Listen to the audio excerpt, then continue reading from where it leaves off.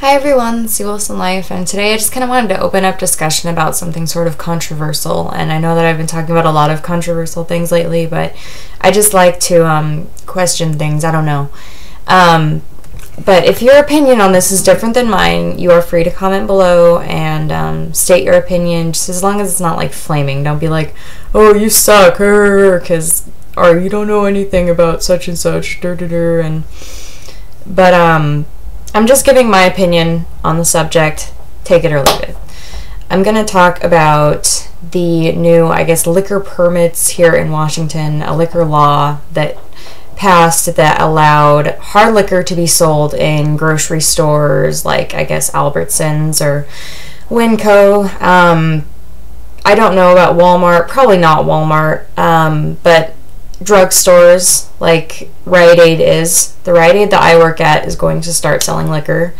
And right now we are clearing off the shelves, like we're downsizing the beer and downsizing the wine to make room for liquor. And I don't know, it sits funny with me. It sits funny with me that a drugstore would be selling hard liquor.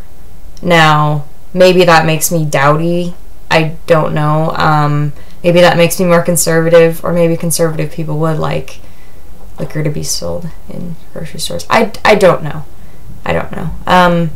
The only people that I really see benefiting from this, the appropriate way to benefit from liquor being sold in drugstores and grocery stores would be that people that use liquor responsibly, like people that like to party and have fun, maybe once a week, in moderation in their lives, can get liquor and vodka and stuff like that and the convenience of going to the grocery store instead of having to make a whole separate trip to the liquor store. But the irresponsible way to look at this is now people that are partying constantly and really like alcoholics and stuff like that are going to have a much easier way to get their fix, a much easier way to continue to party or whatever, even when it's getting really late and everybody's probably too inebriated to continue drinking without blacking out and having it harmful to their health. So you might say, so what? People are going to buy alcohol. Who cares? Why do you care? I care because I work at a drugstore. I see alcoholics come in and they buy, bottles of wine every single day. And they buy 6 packs of beer every single day or multiple times a day. And this is at all grocery stores. I'm not just singling out my own. This is just something that happens in American life. People will come in and buy alcohol every single day. It's a habit. It's a habitual thing. People just want to live their lives, yada yada. But it's potentially harmful to other people because, okay, I'm going to talk about temptation.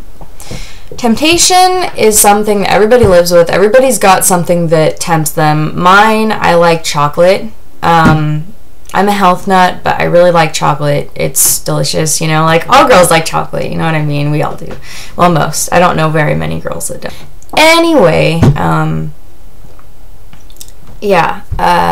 when chocolate is in my house, my dad likes to buy bags of Kit Kat sometimes, and he'll put them in the freezer, and I'll have one. I'll have one, and then I'll start snacking, and we're all guilty of this at least sometimes. I'll have one or two, and I'll just feel like, dang, why did I eat that? That's not healthy. And but I'll eat them because they're there. And I feel like alcohol, and I'm not saying I could be comparable to an alcoholic. I just enjoy chocolate, and you know how it is with temptation when it's there. You are more prone to do something versus, say, if I didn't have any chocolate in my house, which most of the time I don't. Parents don't really eat very much of it, neither does my sister. She more likes fruity candy. When it's not there, I won't eat it, and I won't think about it for days at a time. But the second that I get around it, like at work, I'll be like, oh, I want some. Oh, that looks so good, because you have to see it over and over and over again. And I feel like if people that are accustomed to drinking beer and wine because that's all they see, I feel like even people that are borderline alcoholics, if they just see beer and wine on a semi day-to-day basis when they buy their groceries and stuff like that, they won't be so tempted to drink hard alcohol as to if they were to have to pass by that aisle every time they go to get their cereal, you know what I mean? Like, it might make people a little bit more like, okay, yeah, dude, let's drink some hard A instead, you know?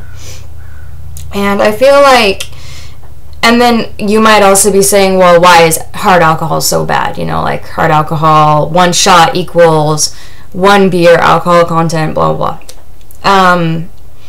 When I look at beer and wine versus hard alcohol, I feel like beer and wine is kind of the lesser of 2 evils, because from my perspective anyway, beer, like, I can never drink enough of it to get really drunk because I feel so full. And I think a lot of people can relate to me on that. Like, if you're not accustomed to drinking beers, I could not imagine drinking 12 beers. Like, some guys I know can down 12 beers, like, just nothing.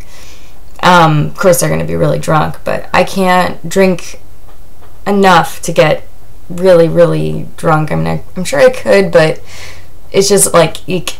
But with shots, a shot doesn't make you feel full. You know, you can take shot after shot after shot. If you can take the taste, and I know a lot of people that can or are good at taking shots and stuff like that, don't even taste it.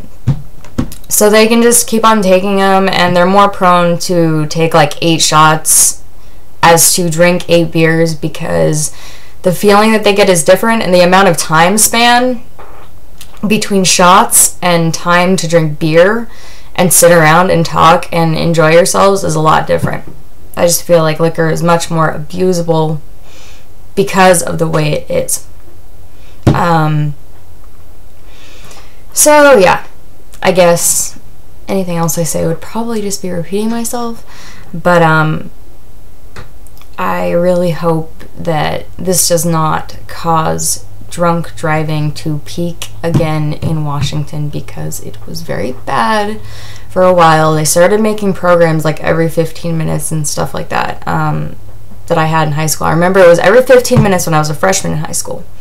Next year was like every 21, and then it jumped up, and then it jumped up, and I think now it's like every 52 or something like that. It's almost got to the point that it's like, that's really good. Well, it's never really good. It's never really good that it happens at all. I wish that in a perfect world, or if we were like communists or something and the government was watching everything that we did, yeah, maybe there would be less drunk driving accidents, but we're Americans, we're free to do whatever the bleep we want.